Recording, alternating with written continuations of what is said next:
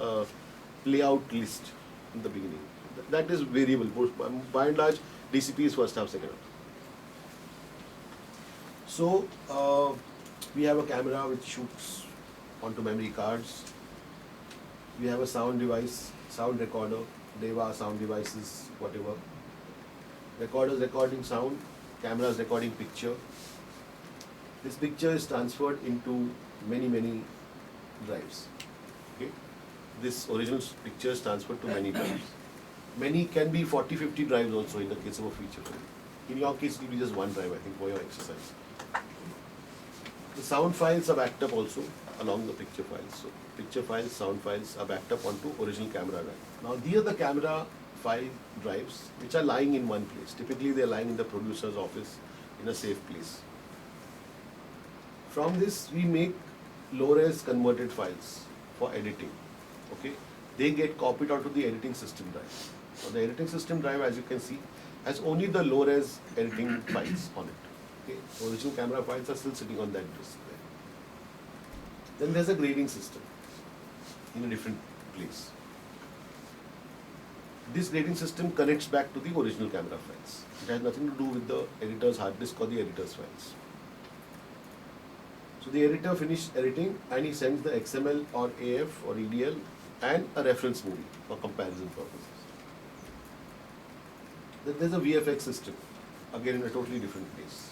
This VFX system gets the original camera files, works on the VFX and sends the VFX back to DI, to the grading system. Okay, so the grading system has got original camera files, reference picture from the edit, XML to match the edit and VFX shots to be inserted manually. So that picture process is getting done there. There's a sound file stream which gets the sound files from the original camera file drive. This process may or may not have to be done because the sound files are not very large. So the sound team typically keeps a copy of all the original camera files. So they don't really have to go back to your picture files at all. They normally have a copy of the whole film's sound files. The whole film sound files are, for a 80-day shoot, they're about 100 GB. The whole sound files. So it doesn't matter who keeps them. They can even be uploaded. It's not a very large amount of files. And the editing system sends the sound AF to the sound team. The sound team works on the sound. Then there's a DCP making house, a DCP maker. Okay, like I said, Scrabble, UFO, the DCP maker. The DCP maker can also be in the DI studio, or it can be a separate entity. This DCP maker gets the DPX files from picture, wave files from audio. Then there's a theater with a DCP server and a DCP projector. Okay, and this DCP maker finishes the DCP and sends the DCP to the DCP server, and people get to see the movie. Okay, this is the entire workflow. Lots of arrows. Yellow is all original camera material, purple is offline material, blue is sound, green is metadata, and orange is finished material. Okay. So, just to make it absolutely clear, this is the process. Okay. I thought there was some confusion about this process. Now this is the process. You got this clearly. This is the process. This is the process by which we make hundreds of films a year. This is the complete process. You can take mobile photographs, you can come here and take selfies with it, whatever. But this is the thing. Anybody who takes a picture never gets to call me up and ask me this question. No, I'm just kidding. Please feel free. But this is the process. This is today's process. Okay. This process could change in 5 years. It could be totally different. Yeah. So the promo now is the transporter. Ha. Okay. Promos. Yes. That's a good question. What about the promos? So now the promo workflow. Let me just give it to you in a little detail, and let me dwell upon the confusion that there is. The film is being edited on an Avid, typically on an Avid. Okay, the Avid has the low resolution files. It has the location audio, and it has songs. Avid has all these things. The songs are not final, but they are an okay mix of the songs. When the editors come to a point where the promo person has to start making a promo, okay, the first thing we make is a teaser. A teaser doesn't reveal anything about the film. So teaser typically needs a couple of shots. Those are manually handed over and the teaser is made. Teaser is often only a post, only title. So teaser is out. There's also a motion poster, but that's completely graphic, so there's no relation to the edit in that. Anyway, for promos and trailers, the first thing that happens is the trailer, the theatrical trailer. Now there are theatrical trailers and there are television trailers. Okay, there are two different things. The theatrical trailers play in a theater as 24 FPS. The television trailers play on television as HD 25 FPS or standard Dept 25. They are two different things. Let's go with the theatrical trailer for the first step. There is an Avid edit happening at 24 FPS, the original Avid edit. The promo editor sees the edit.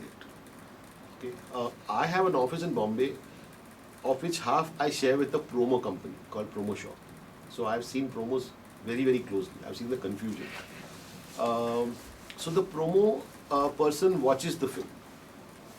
Either he makes his selection right away and say, give me these shots, which doesn't happen, or he says, give me the whole film. This promo producer is provided the whole film as a QuickTime movie with a super on it for promos only, so that it doesn't leak from there. Now he has a 24 FPS movie. He takes that to his machine. It could be an Avid or a FCP, and he edits that. Okay. Now he's editing a movie, no relation to the original shots at all. He's editing a movie. He gets approvals on that. After he gets approvals on that, he sends it back to the editor. The editor imports that, and his assistant sits and replaces all the shots manually, so that he can get an EDA. Okay? If the editor is of a higher stature than the promo producer, then the promo producer's assistant has to do that. Okay? Again, the caste system comes into play. Whoever is the more prominent person gets to say, I don't do these things. And so, somebody manually rematches the film.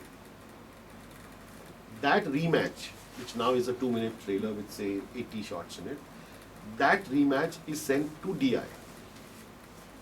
Because they have to color grade it for theater, right? And they link back to the original camera files and they make the trailer.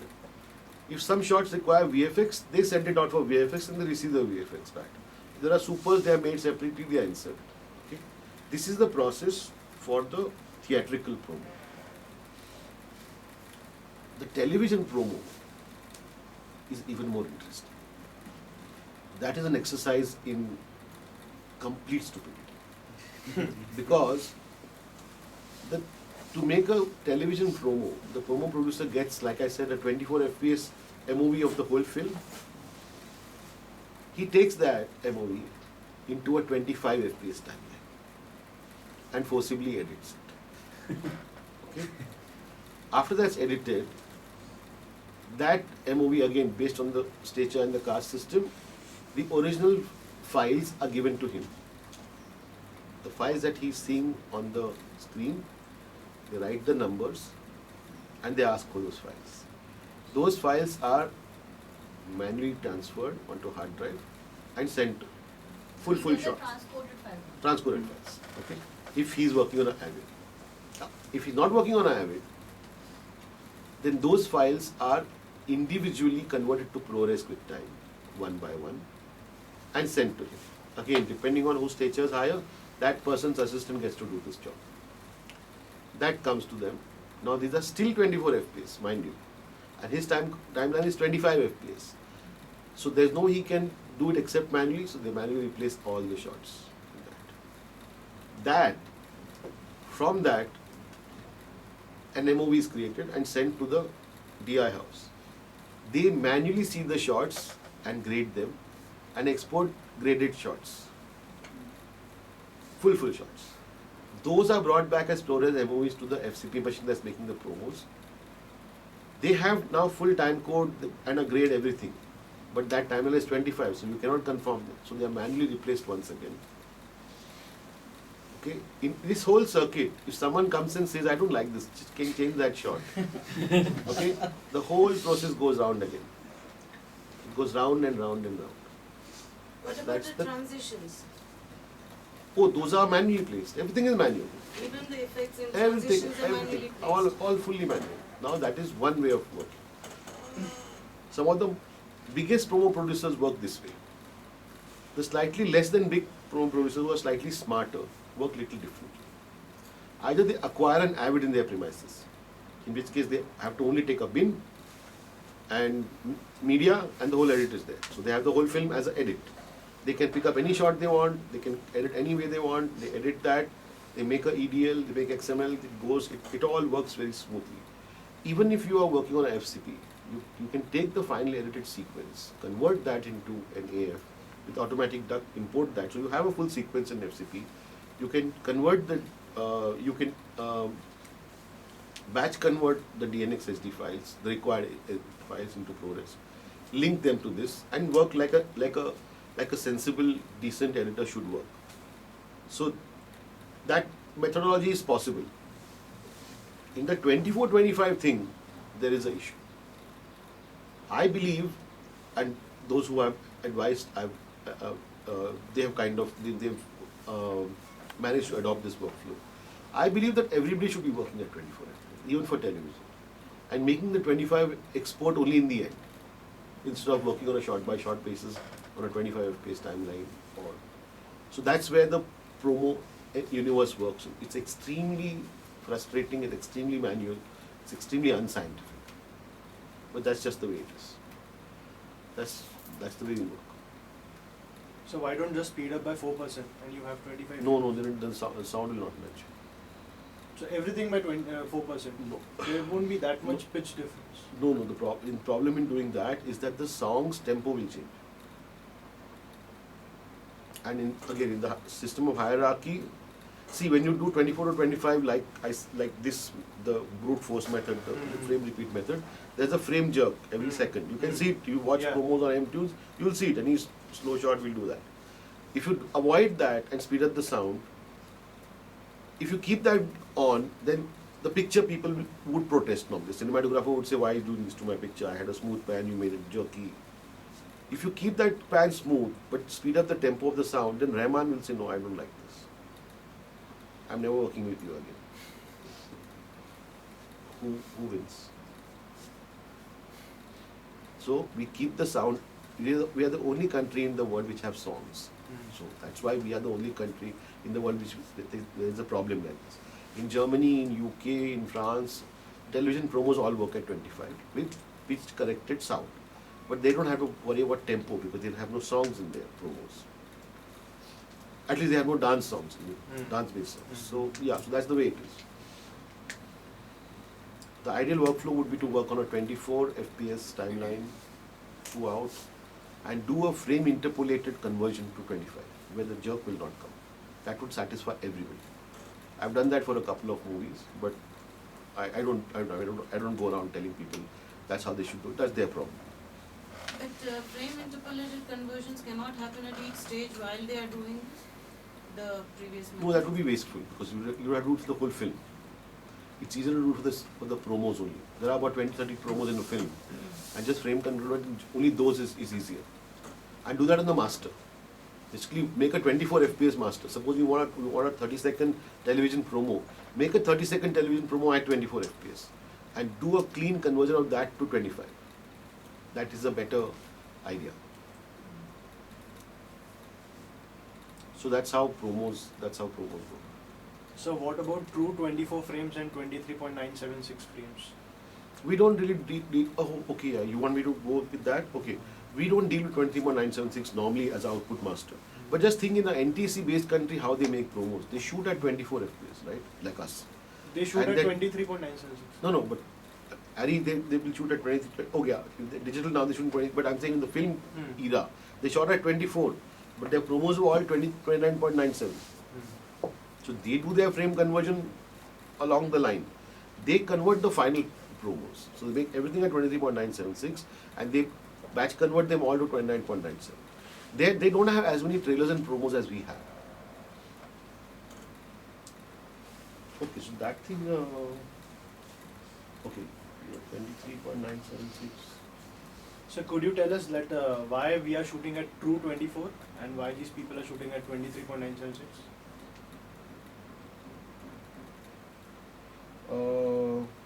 Yeah. There's a bit of history in that.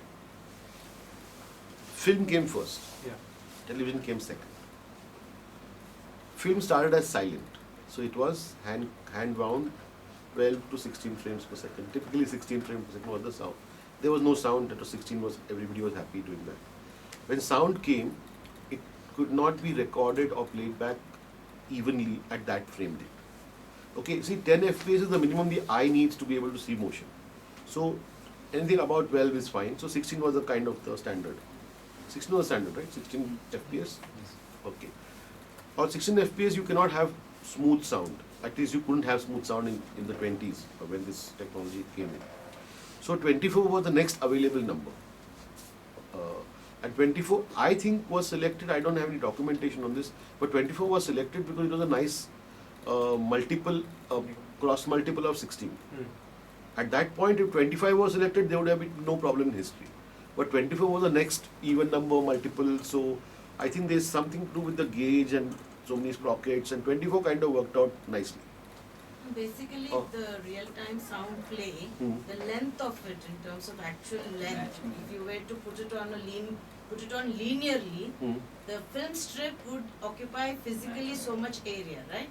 And since each frame is 4 sprockets, that boils down to 24 frames. You know, How? because 4 sprockets for each frame Yeah, on the film strip. yeah. Now, if I'm running a continuous real-time sound, the dialogue, or for it to sync with the lip movement of the picture, it needed a certain length to fit in.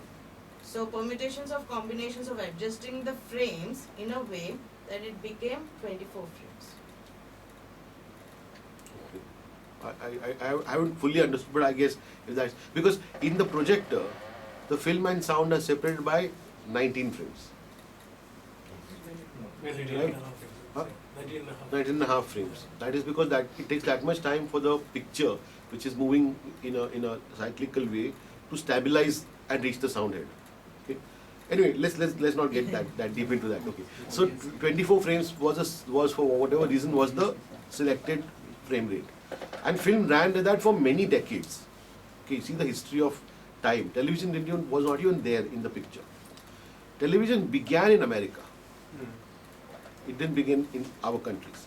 When television first began, there needed to be some way of, okay, remember one thing, when television began, there was no recording. Television was live. It had to happen somewhere and be shown to somebody. So there was some presenter in front of a camera, or there was a drama, or it was live. There was no recording in television initially. So television had to have some way of ensuring that the camera in the studio and the television at home had the same sync, meaning picture sync. How many frames per second kind of sync.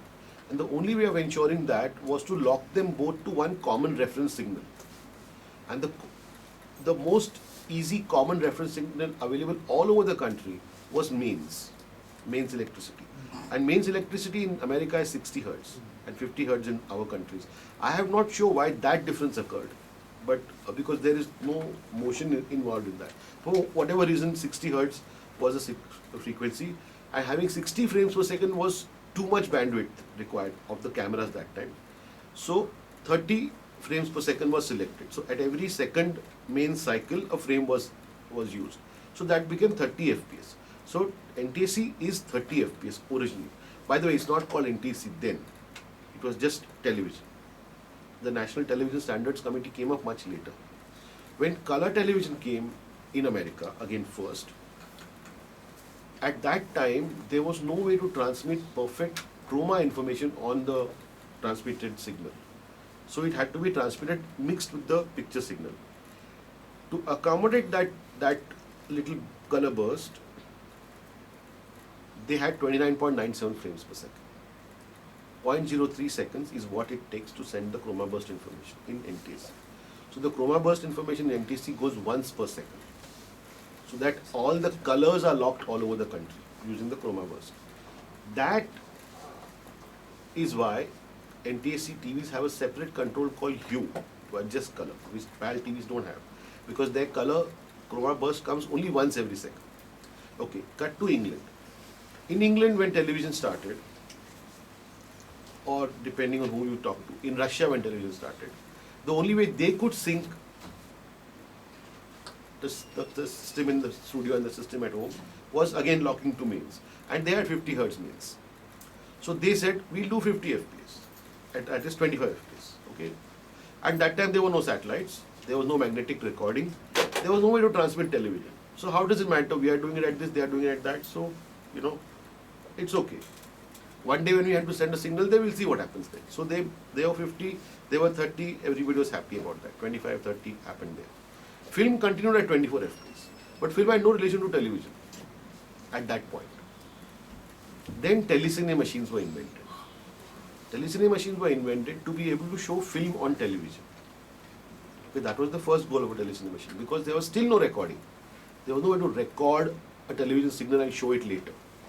That concept happened later. So telecine happened. So telecine had to work at the same frequency as the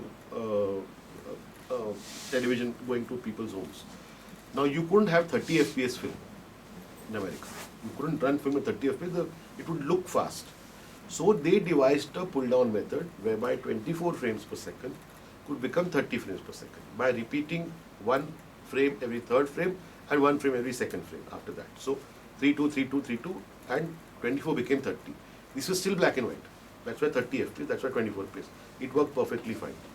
When television became color and 29.97 FPS, by that time mains frequency was not required as a sync source. Crystals were invented. So crystal was perfectly done. So 29.97 into film cannot work out at 24. So film was run slow at 23.976. At the 3-2 pull down method, that is why 23.96 was invented, to run film into television. In PAL countries, film ran at 25 for television. So they had to speed up. If you see actually, I don't know how sensitive you'll be to this, you may see some old films on television as PAL, standard definition PAL. And you can actually tell that they're going fast. They are the 25 FPS transfers, the 24 plus 1 transfers. You can actually tell that. You can tell that there is a pitch up in the female voice. You can tell there's a pitch up. Music is hard to tell, but if you are a musician, you may be able to say that this note of flute is not right. So 25 FPS film exists. Okay, anyway. So 23.976 primary goal was to interface film for NTSC television. Film for NTSC color television requires film to run at 23.976. That's the reason. Today the reason is that their television sets cannot play a 24p signal at all. An American television set cannot play a 24p signal. It can only play a 23.976. And which is why our cameras, if you're shooting in America with the American television set as a monitor, or even a low-grade American broadcast monitor, you will not be able to connect the Alexa picture to the monitor. You have to make the Alexa run at 23.966. That's why 23.976. Okay? Long story.